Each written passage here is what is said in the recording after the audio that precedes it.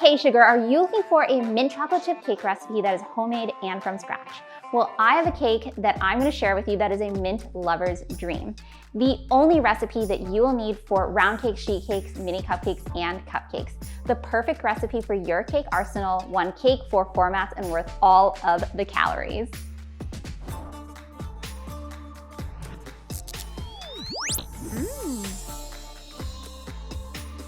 To get started, here is the recipe. Save it, take a screenshot, and I will link the ingredients below so you know exactly what I use.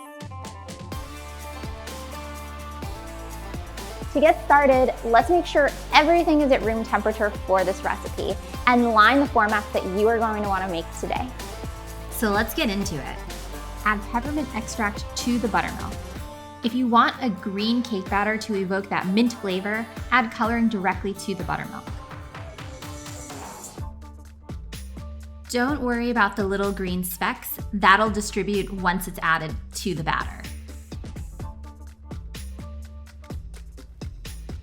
If you're new to my channel, my passion is helping people make sweet treats.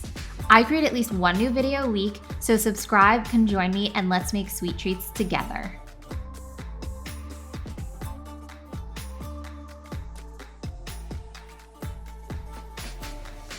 Here are my favorite mini chocolate chips. Dust your chocolate chips with flour. This keeps the chocolate chips from sinking and offers an even distribution of chocolate. Yum. I suggest using a bigger bowl for dusting the chocolate. I just thought this format was really cute. Sift all of the dry ingredients together and set them aside.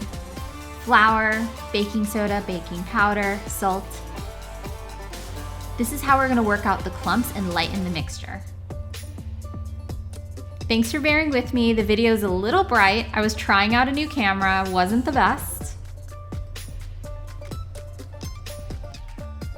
Now combine your butter and sugar and mix for 5 minutes. You can definitely use a stand mixer for this, but I want to show you that it can also be done with a hand mixer. It almost doubles in size and lightens a lot. Scrape down the sides.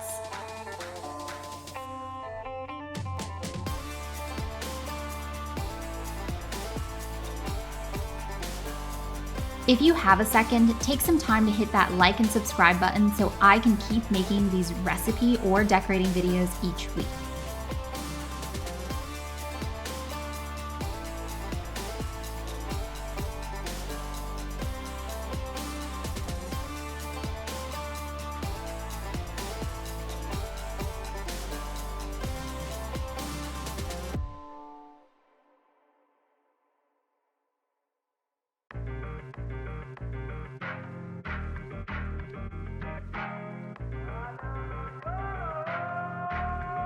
Add an egg at a time until just incorporated on low speed. 20 seconds per portion. Now scrape down the sides on occasion.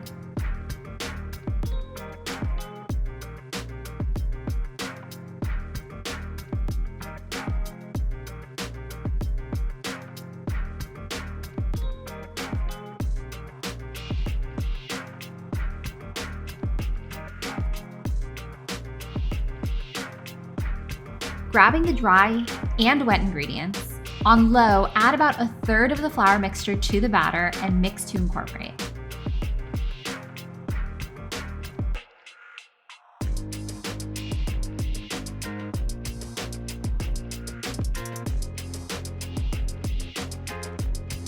Add half of the milk mixture and mix to combine. As you add the liquid, it might look like it's starting to curdle. Don't worry, if it's at room temperature, it should all be fine. It'll work out.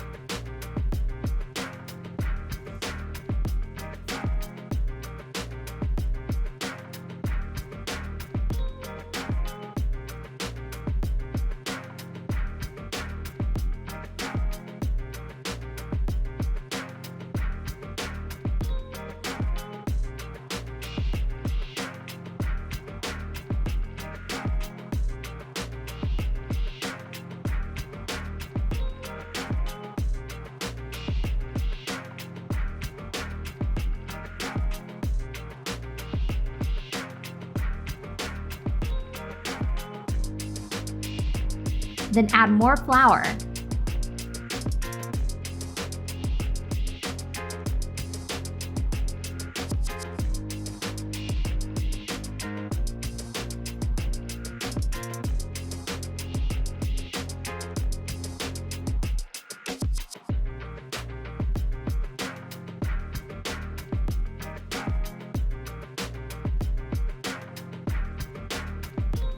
Add the second half of the milk mixture.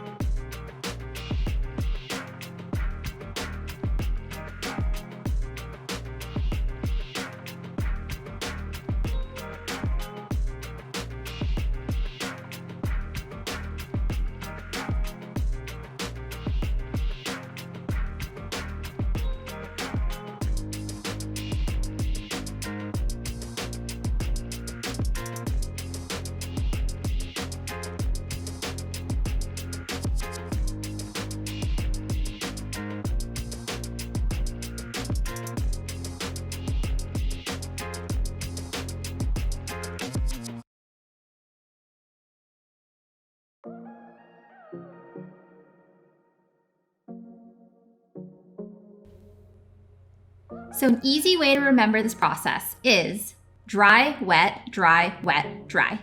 Ending on dry means you won't have curdled batter. If you've already sifted the dry ingredients before this process, you don't have to do it again like I'm doing here. I'm doing this because my flour mixture was sitting out for a little bit, and I just wanted to make sure it was light.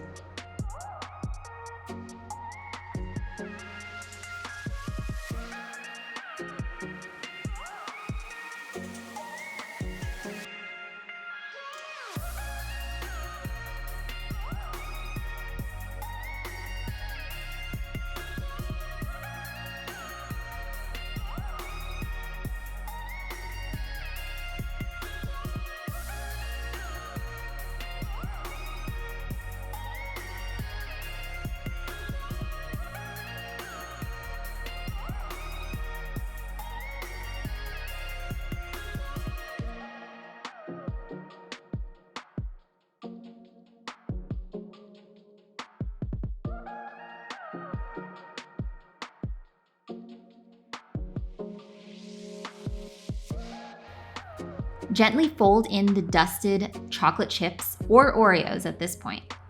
I like to save some to put on top too.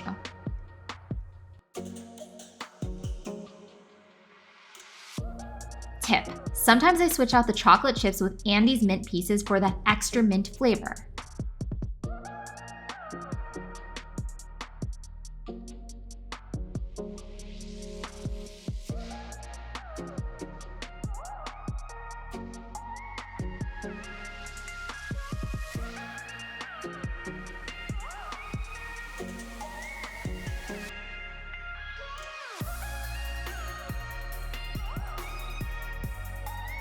Now that we're all mixed, here's when I like to preheat the oven.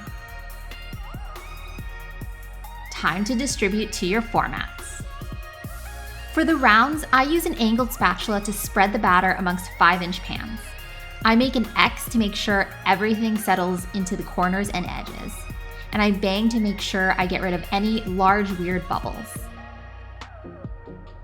I don't typically butter the pan because I like for the cake batter to crawl up the sides so the sides are even and level.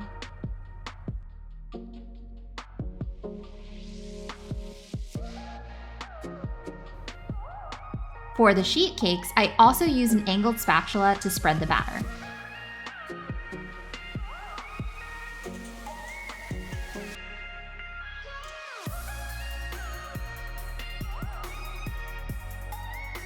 First I spread, and then I make an X, multiple X's, to make sure that the corners get batter.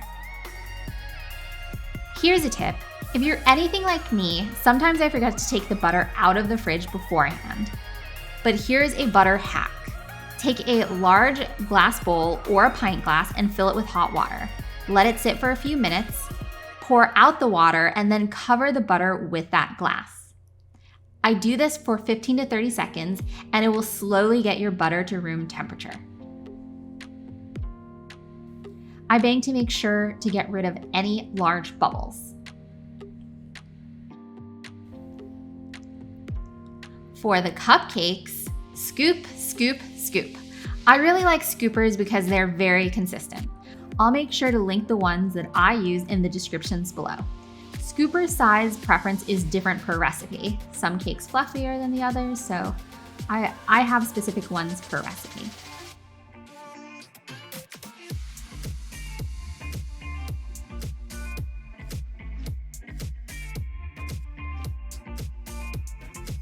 tip for the mini cupcakes.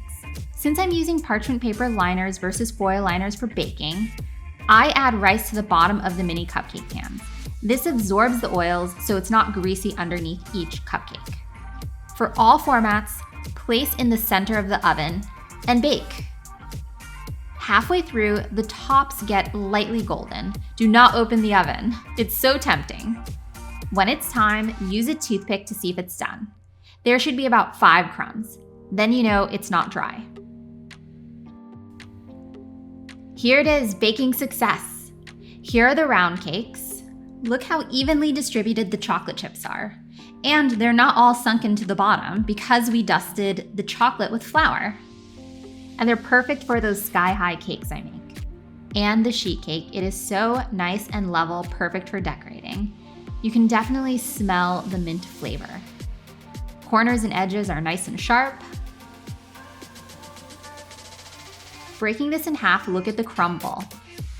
It is fluffy, soft, moist, and bounces back.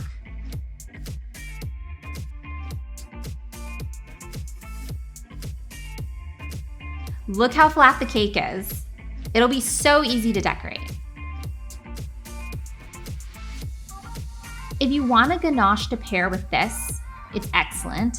Chop up some chocolates and add cream. I use coconut cream 1:1.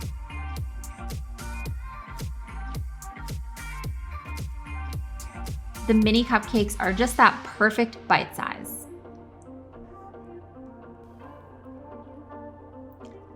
Let cool completely for about 10 minutes before decorating. It continues to cook even when it's out of the oven.